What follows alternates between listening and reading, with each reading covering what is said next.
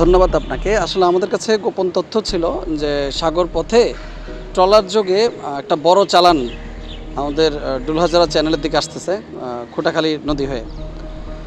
তো এই সংবাদ পাওয়ার পর থেকে গতকাল বিকাল থেকে কিন্তু আমরা আমাদের এই অভিযান পরিচালনা করি। মূলত অভিযান পরিচালনা করতে গিয়ে আমরা কয়েকটা ছোট, ছোট গ্রুপে ভাগ হয়ে কাজ করি। সারাটা রাত আমরা জেলে সেজে আমাদের অভিযান পরিচালনা করি।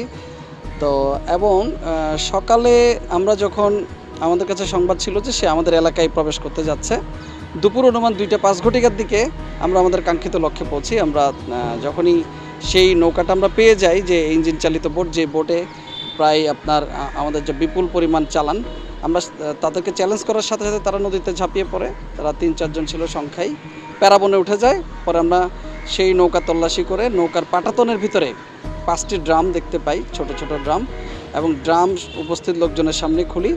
ওখানে আমরা প্রায় ১২,৫০,০০০ পিসি আবার জব্দ করি, ইঞ্জিন চালিত বোটটা সহ। আমরা আসলে এতটাই কৌশলী ছিলাম যে তারা কিছু বুঝে ওঠার আগেই আমরা তাদের নৌকার খুব কাছাকাছি চলে যাই। তখনই তারা তাৎক্ষণিকভাবে লাফিয়ে প্যারাবনের দিকে ঢুকে যায়।